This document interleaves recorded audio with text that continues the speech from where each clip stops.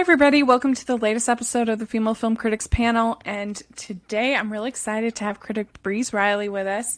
And we are going to be talking about the latest movies and what it's like to be a critic and our experiences. It's going to be super fun. And Breeze, thank you so much for coming on the podcast. Thank you for having me. I'm excited to join you today. So this is the first time you've been on. Why don't you introduce yourself and tell us a little bit about how you got started in talking film and reviewing film? Yeah, so again, my name is Breeze Riley. I'm kind of what I like to consider a semi-pro critic. It's not my day job. It's something I do in my spare time, but it's something I'm really dedicated to. Recently, I've always kind of been into writing and journalism to a lesser extent. And then as I was kind of leaving college and entering the work world, I was looking for a creative outlet a little different from what I was doing as my full-time career. At the time, my friend Lauren Galloway had just kind of started her own site called The Marvel Report, which, as you can guess by the name, is kind of like a Marvel fan site. And she was looking for people to review some of the shows, write recaps. I thought, well, I could do that. Sure, I'll do it. So that's how I kind of initially got into it and was doing that for a long time, working with that site. And then when the pandemic happened, I'd been wanting to kind of expand my writing for a while, branch out to different things, like find new sites to write for. And with the pandemic, having more free time, it just really gave me an opportunity to pursue that. Also a critic at telltaletv.com, where I review mostly television, but some movies. We a podcast host on as a part of the DC TV podcast networks. And we have shows for pretty much every DC TV show. But I'm a host on the Flash podcast. And then also our HBO, it's DC on HBO Max podcast. So it's kind of a mouthful, but since there were so many little shows going on HBO Max, we kind of consolidated them into one podcast. So I'll be reviewing Titans and Doom Patrol coming up. I also work on our Justice League Dark podcast, though if anyone listening has been following that news, we're not really sure what the future of that podcast is. We're about as sure as Warner Brothers is about the future of those projects. So, is Justice League Dark? Is that I didn't even know. Is that the animated show or? What is that? So that is, it was a part of J.J. Abrams' overall deal with Warner Brothers. He was gonna, and it has been very unclear for a long time, and I say this as someone who's been following it, that they've been very unclear. Originally, they proposed kind of this universe of shows, and it was going to be like the new Constantine show. They were going to do Zatanna movie, Madame Xanadu. So some of these characters from the comics that haven't really been on screen, but I mean, Constantine's been on screen a lot and will continue to be thanks to Keanu Reeves. But it just didn't really go anywhere for a long time. And then recently, they reported that they are going to move forward with doing a sequel to the Keanu Reeves Constantine movie, which is quite shocking. But some of these J.J. Abrams projects, they are going to shop for a different home. Which I'm not too optimistic about. They were definitely kind of a victim of HBO Max's restructuring, and they're moving away from scripted content. It's been a very interesting time if you've been following like the DC stuff. Well, I followed the animation side of it because that's kind of my biggest interest. But and then also over at Netflix, they've been canceling a ton of the animation projects and. There's been so many projects announced for DC, I've kind of lost track of them. But I remember hearing about that Santana because I actually really like that comic, and so I was interested in it. But I guess we're only getting the Keanu Reeves Constantine sequel, which is random. But yeah, it's funny because we had just done a movie commentary, did a movie commentary of that movie on our podcast a week before they announced that, and in none of our wildest dreams did we expect that it would become so relevant. Is it old enough now that has it come around that now people are nostalgic about it? I feel like it's gotten a little bit of a rehabilitation. I think it's still not a full cult classic, but I think it's kind of halfway there. I mean, I'll be honest, I don't think it's a good Constantine adaptation at all, but I can appreciate some of the noir elements to it. Rachel Weisz's performance in it. So I think it has gotten kind of a cultural rehabilitation a little bit in the past few years. And of course, the Keanu Sans, I think, has helped rehabilitate a lot of his films. Well, one thing I admire about you is that it seems like you cover both Marvel and DC pretty equally. You have content for both. And do you find that difficult? Do people try to get you to pick a side? Yeah, so I've never really understood the rivalry. To me, they are, so different. I think, with the hiring of James Gunn and Peter Safran as kind of the leads of the DC ship over at Warner Brothers, they are maybe trying to create their own little Kevin Feige system. But to me, they were just so apples and oranges for a long time that honestly, I find the online discourse about like which is better very, frustrating. I just feel like it's very apples and oranges. You can enjoy both. I clearly do. I think most people, really enjoy both. I don't love everything DC does, and I don't love everything Marvel does, but they put out so much content, the both of them, that there's plenty to find within both of them that you can like. So yeah, no, I agree. I mean, people try to say that I'm a DC hater, but it's not true. I mean, I love Wonder Woman, and I like Birds of Prey. I didn't love Wonder Woman 84, but I gave it a mild recommendation. I liked Zack Snyder's Justice League. I give that a positive review. So, I mean, there are films that I enjoy from DC. I just like good movies. I don't really care what corporate structure produces them. That doesn't matter to me. I mean, and there's been a lot of Marvel movies that I didn't care for, like especially Spider-Man Far From Home was not for me. That's one of my least favorites. Yeah, I do think, to your point, there's so much you can like or dislike about both of them that, and even I think also just rooted back as, like, going back as a kid, like, I like both. Like, it's not like when you're a kid, you're like, oh, it has to be DC or Marvel. You're just a kid liking superheroes. So I don't understand why when people grow up, they think they need to pick teams. Yeah. I feel like sometimes that mentality from sports has kind of carried over now into movies and television coverage, that the way that people would talk about they're my team, they're my like they have sort of personal ownership of the wins and losses of sports teams. I feel like that's kind of the same thing that you have now, instead of it just being a product from a major corporation. It's their movie, my director, which is just kind of bonkers. Yeah, I mean, that kind of coincides with another thing that, as someone who kind of balances being, a critic and a fan, is like the levels of fan entitlement over franchises is just bonkers to me.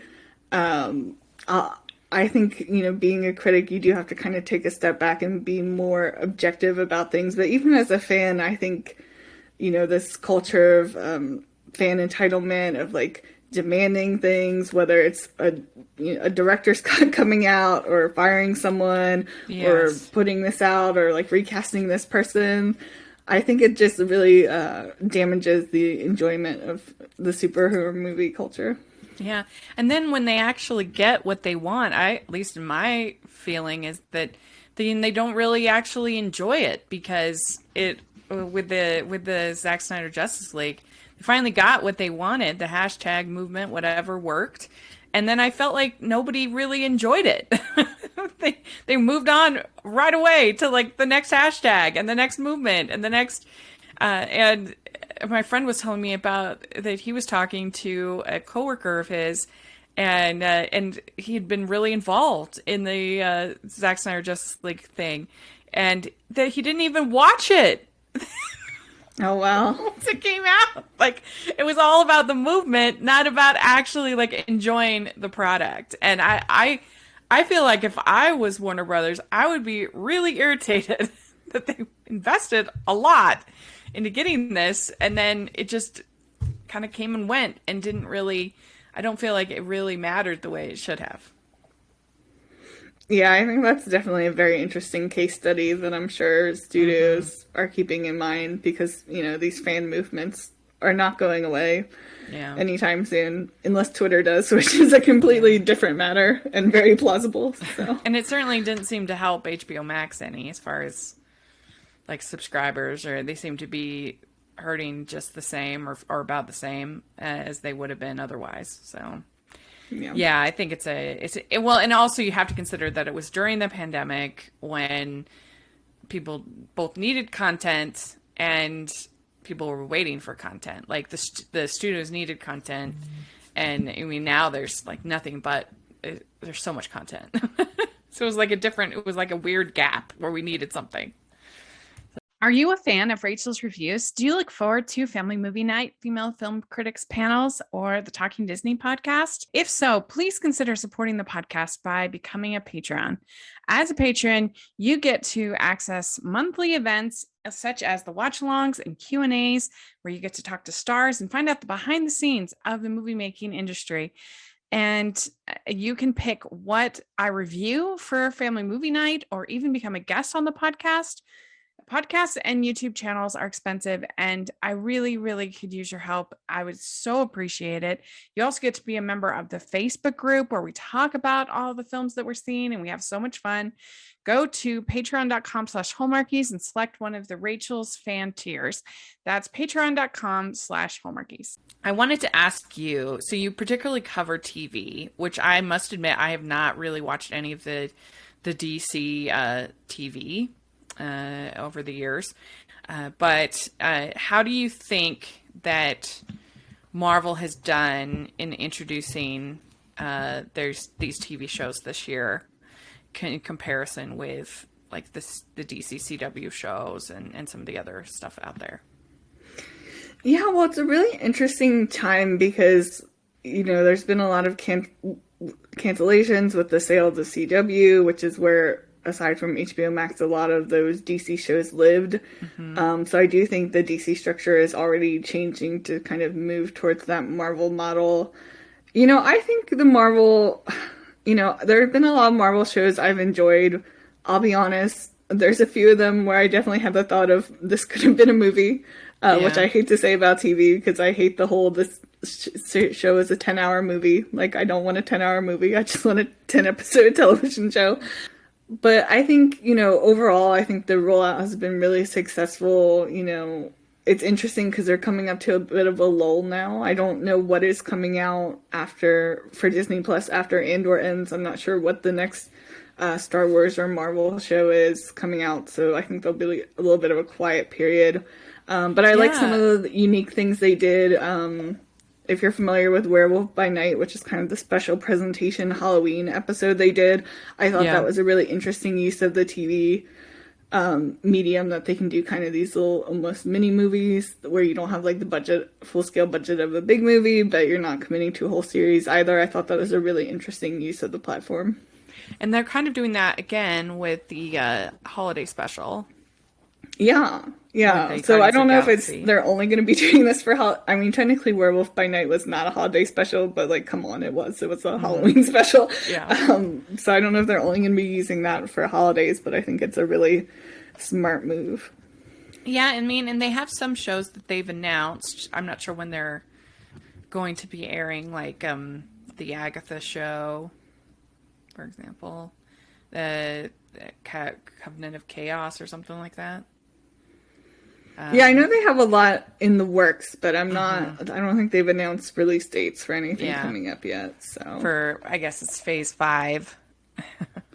Even as you say that, I'm like, is it? I don't know. Like, there's so many phases now. I think it is phase 5 now, though. I think the Black Panther 2 is the end of phase 4, I think. You're probably right on that. I don't know, though. I'm no expert. I have not watched She-Hulk. The discourse was so unpleasant that I was just like, I'll wait.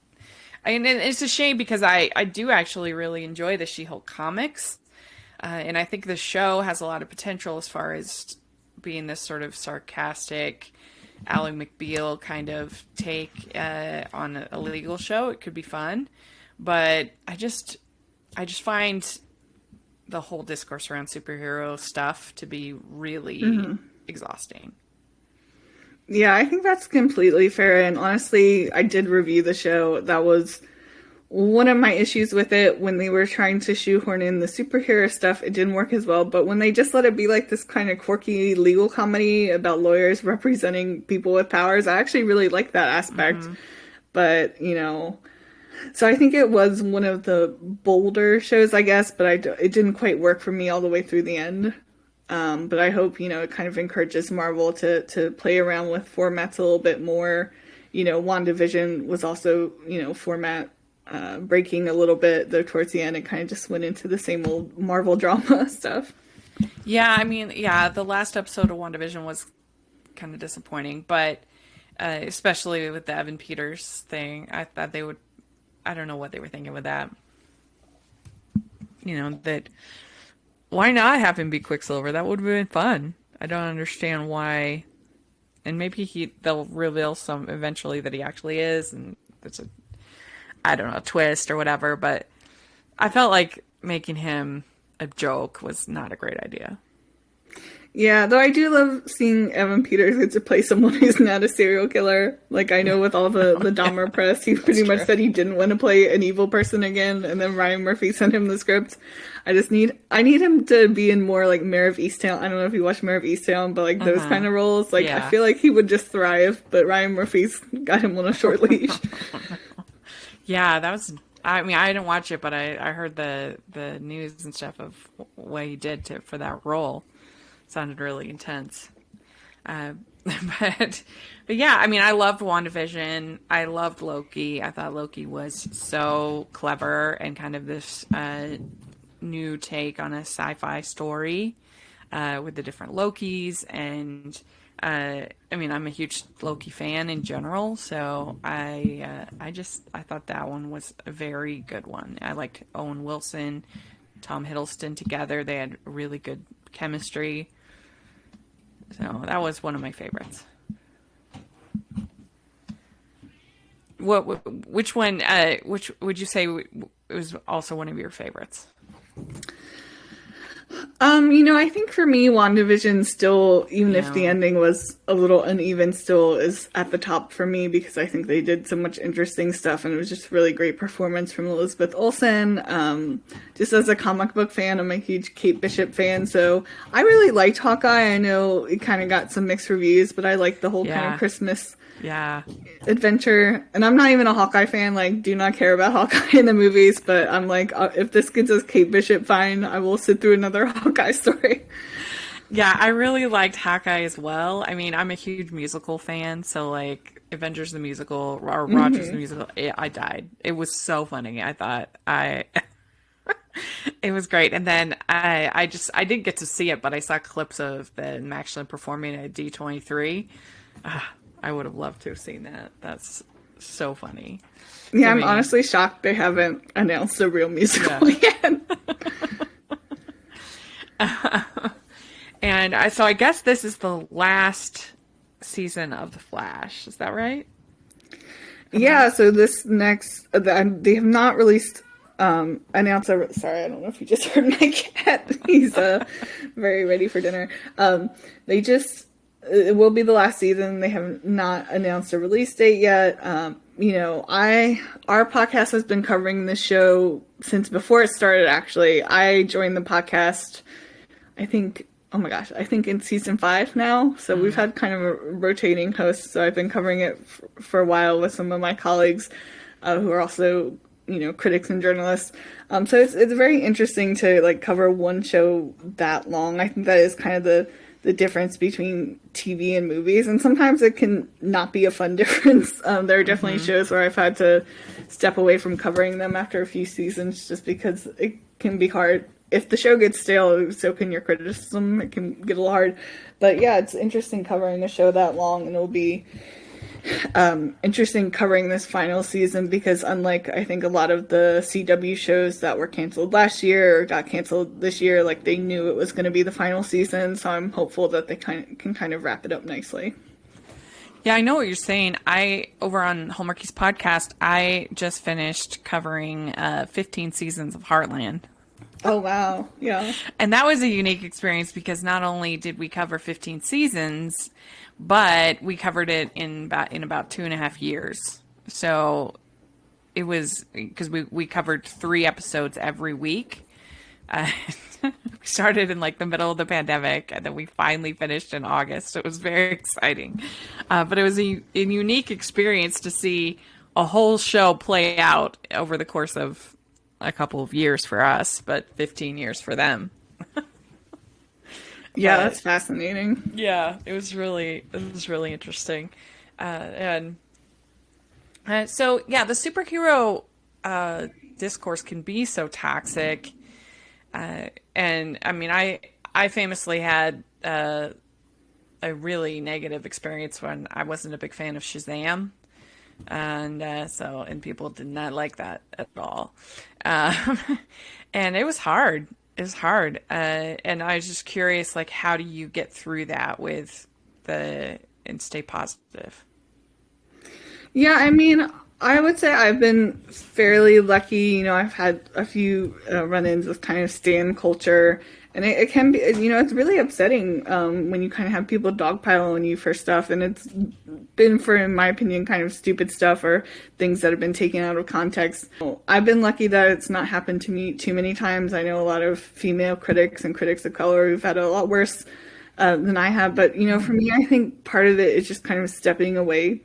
And if that means like locking down my Twitter for a few days or like deactivating, like that's what I do. Like, and that's kind of what I encourage other people who are going through harassment too, is to just step away. Like, don't feed the trolls. Yeah. It can be really hard because, our natural instinct is kind of defend ourselves or like kind of fight back with people. But, I saw a tweet the other day. I was kind of talking about how like, the trolls on Twitter, like they want to be humiliated, like they get off on it, which I don't know how true that is, but it's, the idea that like you're like actually making them happy by engaging. So it's like, why would I do that? Why would I make your life? Why would I give you that power? So to me, like, I would love to hear other people's other solutions, but to me, like, that's been the most effective thing for me, to just kind of step away from being online. And, I've never had it escalate so badly that people are like sending me, threats to my email or like,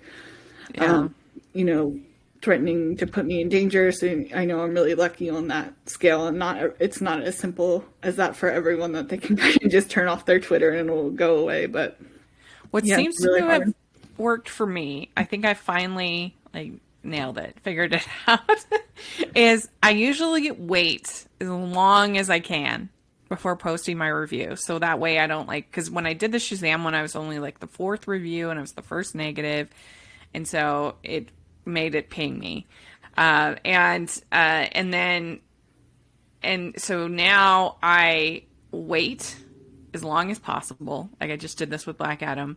I don't allow any comments on my review, and I try to, when I tweet about it, I only allow people following me to comment. And it feels like those sort of paywalls to commenting are enough that people just move on to somebody else, that's easy for them to comment on. And so far it's worked great.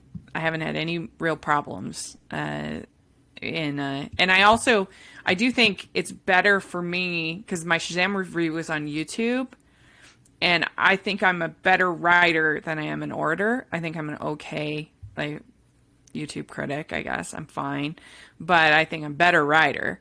And so I do think it helps when I can kind of be very careful kind of about what I'm saying and what I'm writing. I think it helps that way. I mean, I don't get as many views on a blog post versus a YouTube post, but I don't really care when you're dealing with that kind of. I just feel like nothing's more toxic than YouTube. Yeah, I am not.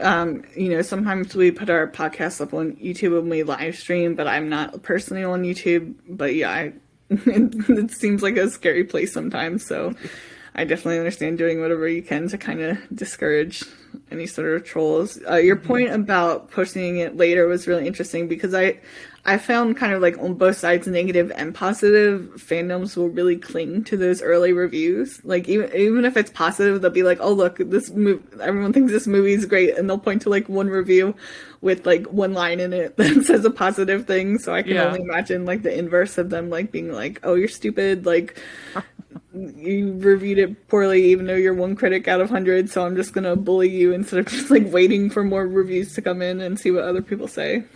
Yeah, I mean and it's fine if they think my review is stupid. I don't have any problem with that. I just don't.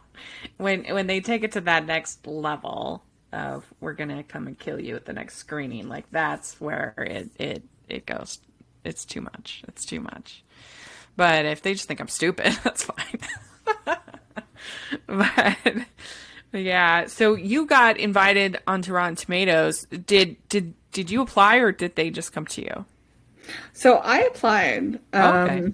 It was actually my second time applying, which I mentioned just in case there's anyone listening who's like, "Oh, I applied once, like I'm gonna give up." Like, don't give up. Just go back. Keep working hard, working on your portfolio. So I did apply. Cool. Yeah, I didn't apply. They came to me and I had written for rotoscopers.com, which is an animation website, for years. And we had done a bunch of series where we had reviewed the whole Disney canon, the whole DreamWorks canon. We'd done all Studio Ghibli. We'd done all the Marvel movies as a writing group. And Pixar, I think we did too. And so I had quite a bit on there, and I think that they had invited a couple other rotoscoper writers, and they were looking for a little more diversity. Mm-hmm. And at first, when they sent me the email, I thought it was a goof. I thought it was a joke, somebody tricking me or whatever. And they actually had to email me a second time and say, "Did you get the email?" And I was like, "Whoa, is this real?" I couldn't believe it because I definitely didn't have like enough followers for that at that time. And I had just started. I had. My best was for Hallmarkies podcast, but at the time, still that wouldn't have been enough for their qualifications on applying. So I had never even applied, and it's been an interesting experience because there's definitely a side of me that has to deal with some degree of like imposter syndrome. Mm-hmm. That I didn't apply, I got in, but I know that my work was good enough, that I did all of the work, and just because I didn't apply. But I think that a lot of critics and writers in general just struggle with that. Yeah, and I think that, I think that's what's so interesting about Rotten Tomatoes is, you have critics of all different backgrounds, of all kinds of sites, some mom and pop small sites, some like big mega sites. But I think that's good because they're bringing in such, different diversity of critics. And, I know people like to rag on Rotten Tomatoes, and I don't think, even as an approved critic, I don't think it's the end all be all. Like sometimes when I'm like deciding to watch something, I might like use it to get a sense, and I think it's a good way to aggregate reviews so you can kind of look through them. But I don't think you should, only, I only watch things above 50% on Rotten Tomatoes. Right. Like I don't think it's that either. But I think what a lot of people who like kind of rag on it on the internet don't understand is kind of the efforts they do make to bring in those diverse voices, and how they're like continually open up. I think they change their application to once a year now, but they have the application. It sounds like they do some direct outreach as well, that they are kind of committed to making sure it's not just, like the same 5 white guys who write for national papers. Yeah, and it was a huge blessing in my life because I had been trying to get on the press list for Salt Lake, where I live, for a long time, and I had hustled. I had worked really hard. I mean, I was there in order to get into the screenings. If you're not on the press list in Salt Lake, at least, they have like these raffles, I guess you might say, where you enter and you hopefully get a ticket. And if you get a ticket, then you used to have to go into Salt Lake to pick up the ticket, and then, which is about a 20-minute drive for me. So I would sign up for the raffle. I would go get the ticket, and then I would be there about 2 hours early before the movie because they gave out more tickets than they had seats. And so you had to be there early in order to get in. And sometimes these were all over the place. There was one that was in Layton, which is like a good 45 minutes from I went to Bridget Jones's Baby in Layton. But anyway, I'd worked really, really, really hard in playing that game before I got on the press list. And I really wanted to get on the press list. And it was getting on Rotten Tomatoes that allowed me to get on the press list because they're super stingy about that here, about who gets on the press list.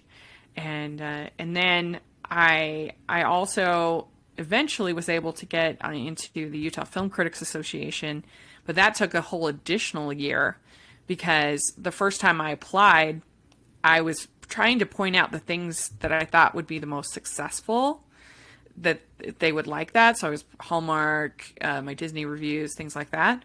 And what I didn't really realize is that, because this is a critics association, they would want more sort of highbrow kind of stuff.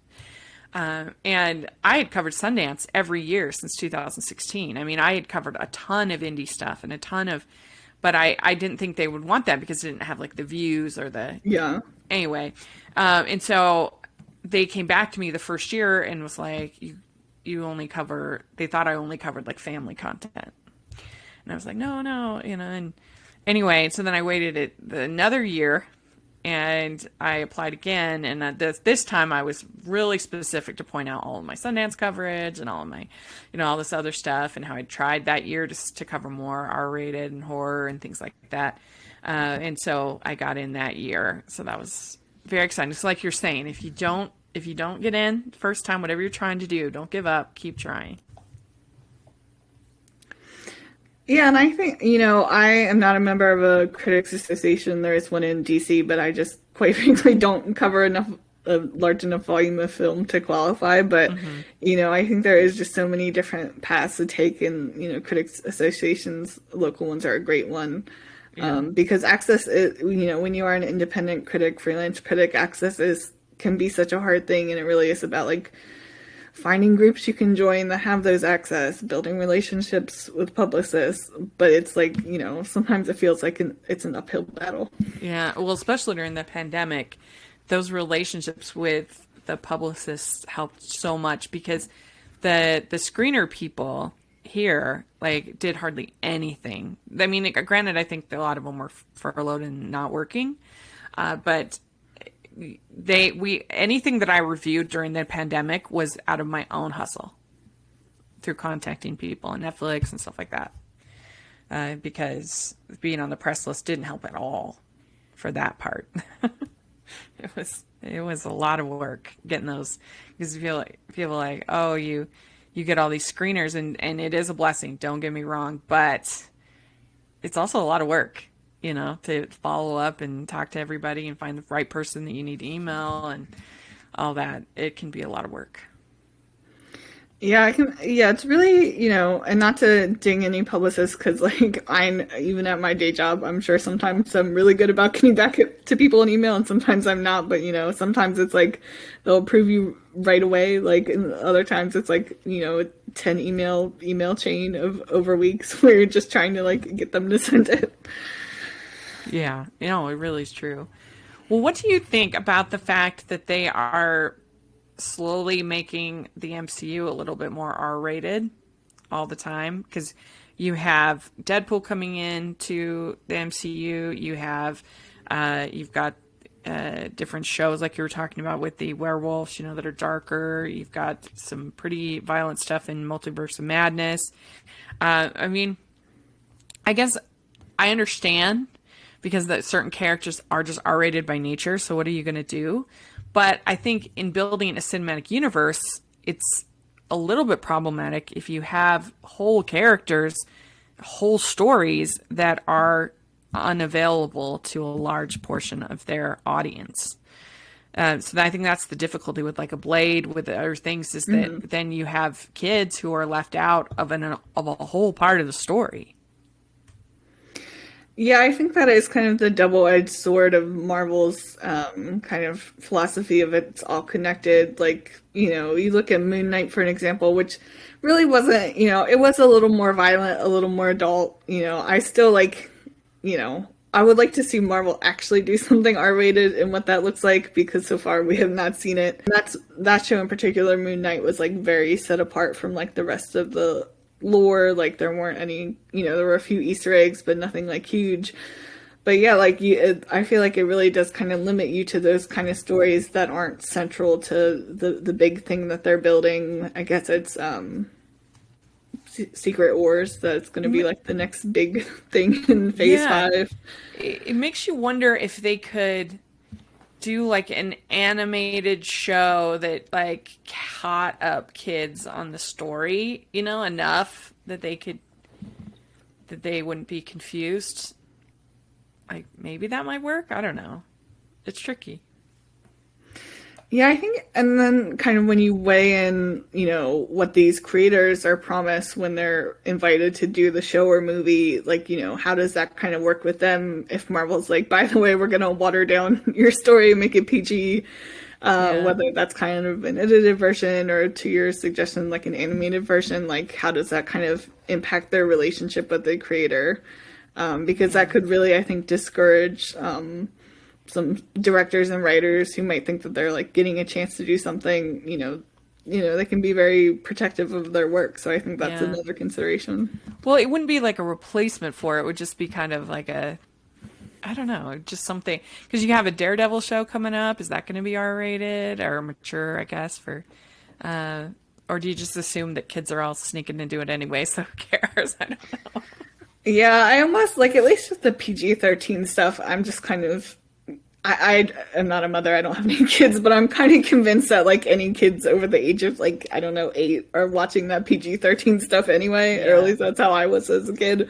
So I think they will find a way. But yeah, aside from, Werewolf by Night, Moon Knight, kind of like those darker characters, Blade you mentioned, Deadpool obviously, I just don't think there are that many characters that need to be R-rated. So I imagine Disney's going to kind of hedge their bets and keep things PG-13 in most cases. Yeah. Yeah, I mean, I guess if someone like The Dark Knight or someone can get PG-13, I mean, you can have that's a pretty violent movie. Mm-hmm. You can have quite a bit of violence in a movie as long as there's not blood, which always made no sense to me. Like, what? It's the same violent act. Like, blood doesn't necessarily make it more violent to me. I always thought that was weird. Yeah, like the blood is implied. Yeah. We'd like to take a second and thank our sponsor for this episode of the podcast. It's the Hallmarkies merch store. Are you looking for that perfect gift for the postable, hardy, or Hallmarky in your life? What about getting that t-shirt or hoodie that will help you stand out at your next holiday party? Now is the time to check out the Hallmarkies merch store. Full of festive designs by artists like Jessica Miller, Carrie from Hallmark Comics, and more. You can even have more than just shirts, but totes, cell phone cases, notebooks, mugs, and more. And it isn't just Hallmark. We have designs for Anna Green Gables, Man from Snowy River, The Nanny, and more. Every purchase at the merch store goes to help support the podcast and allows us to make the great content you know and love. There are frequent sales, so go to tpublic.com/stores/hallmarkies or see the link in the description. That's tpublic.com/stores/hallmarkies. Would you say you are optimistic or pessimistic about the state of film? Because I think there's argument to be made to be optimistic because we have all these platforms. There's so many ways to get your project out there now, and there's so many platforms for specific voices that practically everybody has a streaming service that's for their niche, kind of a thing. And so that's like positive. I think more filmmakers are getting out there, more voices are being heard. There's just more content than we've ever had in the history of the world. But the pessimistic is obviously the struggles at the box office, live theaters, in-person theaters, things like that. You have Top Gun Maverick, but a lot of other stuff has struggled. So what do you think? Are you pessimistic or optimistic about it? I guess I am optimistic about film in general. I think there are a lot of creative minds and a lot of good stuff that's getting made kind of despite those obstacles.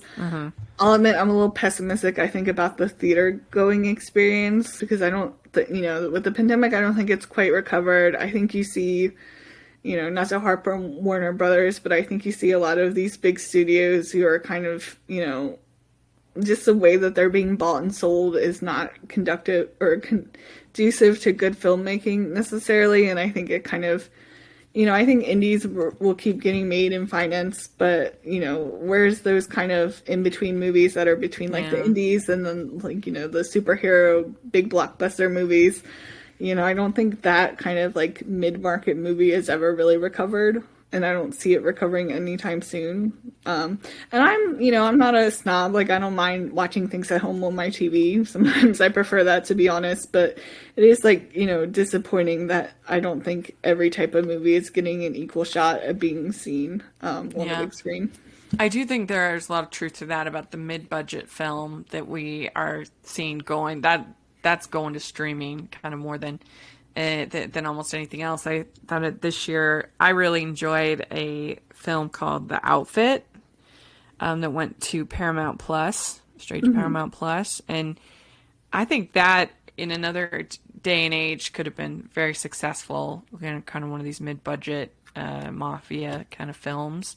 It was so well made. It was a really clever script, very fun twist in it, great acting, great costumes and everything. I thought it was really solid. But yeah, that's definitely an example of the kind of film that gets lost. Yeah, I saw that one as well and enjoyed it. Yeah, it's kind of like, unless the studio wants to push it for awards, which that movie wasn't, probably quite at that level.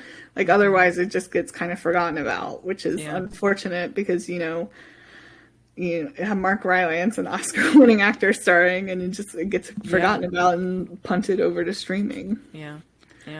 Or even thinking, with like the Knives Out sequel coming, I think they're doing like a limited, like 1 or 2 weeks in theaters, which is great, but there's just kind of like that anticlimactic feeling of like, well, if I wait 2 weeks, I can just watch it at home. Yeah. We've definitely seen it with rom-coms too, but this year, they've been trying kind of a bit of a renaissance, I guess. And so far, it actually has been pretty good. I mean, Marry Me did well enough, considering it was day and date release on Peacock. And then The Lost City did well. And then the latest one with Tickets to Paradise did pretty well. So I'm hoping that will show them that like these sort of mid-budget rom-coms are worth investing in, because for so long they were just going straight to Netflix or to Hallmark, a place like that's where they were making rom-coms for years. So I hope we get to see more, because I think every genre needs to get out there, needs to have every genre has their fans, and there should be movies for movies well made for their fans. Yeah, I think that's part of it. Like, you use the example of rom-coms, there's been plenty of them on streaming, and some of them are pretty good, but they're not, George Clooney and Julia Roberts starring, or like Sandra Bullock starring level like movies. Right. So that, you've got to have kind of like a variety within that genre. Not every rom-com probably needs to go on the big screen, but yeah, now and then people want to see like movie stars be in a rom-com. Yeah, for sure. So we kind of talked a little bit about it, but we always ask on the show, do you have an unpopular opinion that you got some flack for? You said you haven't had too much, but. Nothing related to my criticism has gotten me too much flack, which I guess that's, the good and bad part about being a smaller critic is like, if you do say anything that makes people mad, they don't really notice. They kind of leave you alone. One thing, this is not quite what you're asking, but one thing we deal with on the Flash podcast that I co-host is a lot of times when fans are unhappy with the show, they kind of direct that criticism towards us because they kind of feel like, we're their voice. We need to kind of be sharing the same opinions that they do. And we do provide listener feedback. We always read listener feedback at the end of the episode.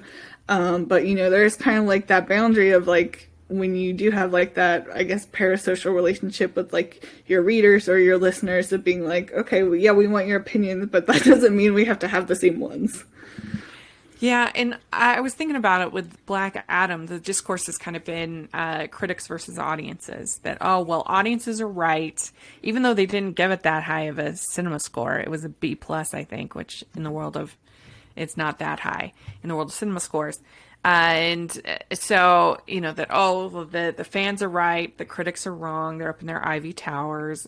And I mean, I think that first of all, for most for most audiences, they go to a movie and they're expecting to enjoy it. Like, you usually don't, as an audience, you don't see movies that you're not interested in seeing it.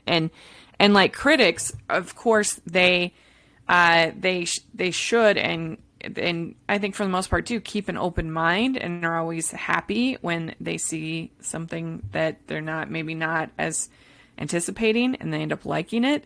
But still, they have to see everything. Right. It's a different mindset of going into the movies, of whether I know, it's just a different thing of like, I'm choosing out of all of the movies to see this one movie versus I have to see everything. And what do I think of this movie? Yeah, it's definitely a balance, because you know, you never want to write a review solely from the point of this wasn't for me, because like, you know, we have to review a lot of things that aren't necessarily for us. Right. But also it's your criticism. There has to be some personal elements in there. In addition, you can't just be 100% technical of like, oh, the CGI didn't work, or like the lighting choices were bad. Like, you know, there has to be a little bit of personal within the criticism too. Yeah, I really struggled recently with a movie, the Banshees of Inisherin movie, and I think I did end up going. First I was actually rotten on it, and then I kept thinking about it, and I was like, it is a really well-made movie. It's just not particularly my style of movie. I didn't love it, but I recognize that it is very well made, very well acted. I laughed enough to enjoy the experience, but I would never watch it again. It's just not for me. But so I really struggled, like, what to do with that movie and with that review. And I went back and forth. I finally did go fresh on it with a mild recommendation. But sometimes it's hard, you know, to know what to do with a movie. It can be tricky. Yeah. Yeah, if that's like one takeaway that I would like people who read reviews and think that every reviewer is just a shell, is like, actually, we like put a lot of thought into our reviews. We kind of go back and forth on things. Yeah. Because that is our ultimate objective, is to make sure that it's a useful review, not just to us, but to the people reading. Yeah, yeah. Well, we also like to talk about on this show something that we're proud of, that we've made or written, and did you have anything you could think of that you think, oh, that was a really well written review or something like that? Yeah, so I do a lot of week to week reviews, so it can be hard to kind of like pull out what was the best one. But speaking of WandaVision again, not to make it sound like I only watch Marvel and DC shows, you can check out my work. I review a lot of other types of shows too. But when that was airing, I did get to write a feature about the show's approach to grief, which is very personal to me. So a little different than a review that I really enjoyed reading and resonated with some of the people who read it. So I think that's always nice when people can kind of connect with you through your work. Yeah, that always feels good. I had a experience, like a really cool experience with that. In 2020, there was a little movie called Words on Bathroom Walls, and I really enjoyed it. I thought it was moving, and I had written in my review that I was just honest about that I didn't know really anything about schizophrenia, and I didn't know because it's the lead character in the movie has schizophrenia, and I just didn't know anything about it, so I didn't know like if this is like an insulting portrayal or a good portrayal or whatever. So I said I'd love to hear from somebody that has or knows someone or about the movie. So I put it in there, and a couple of days later, I got an email from someone who has schizophrenia, who was writing, said how much he loved the movie, and so I invited him on the podcast, and I put him on Hallmarkies podcast because it was the pandemic, and we kind of needed things to talk about, even though it was a Hallmark, and as a bonus episode, and I just knew it would get more ears that way, so I wanted it to be on that. Anyway, so we talked to him, and it was great. It was a great experience. And then the director, Thor Frudenthal, I think is his name. He happened to hear it, and then he ended up coming on the podcast, and so there was just like a super cool, positive experience where I got to talk to. We got to talk about the stigma around mental health and what we could do to make it better, and that made those moments like that are what make it worth it, all the grind. Absolutely, that's a lovely story. Thank you for sharing. It was really cool. So there we go. Well, let us know if you're listening what you think of all the things we talked about in the comments section or on Twitter. We'd love to hear. And Brizu, where can people find you and your content? Yeah, so you can I share mostly everything on my Twitter account, which is @BreezeRiley. You can find my reviews on telltaletv.com, occasionally on the marvelreport.com, and then on the Flash podcast. Once that comes back, we'll be releasing new episodes every week. So if you're a DC fan, check out DC TV Podcast Networks. We have a podcast for every show. Even if I'm not on it, feel free to listen to that one too. Very cool. We'll have all that in the description, so also check it out. And you can find me at Rachel's Reviews, all over social media, iTunes, YouTube, and on Rotten Tomatoes. Check that out. I'll put a playlist to all our female film critic panels in the description. And make sure that you check out me on the Hallmarkies podcast as well. I have a lot of fun over there. We're covering Christmas, so it's great. And if you're listening on iTunes, please leave your ratings and reviews. That really helps us out a lot. And if you are listening on YouTube, please give the video a thumbs up and subscribe to the channel. We appreciate that so much. We also have the patron group and merch store where we have tons of festive designs. Plus, in the merch store, you can get the Female Film Critic Panel logo shirt, which is really cool looking, in my opinion. So check that out. And thanks so much, Breeze. I really appreciate it. And we'll talk to you all later. Bye, everyone. Bye.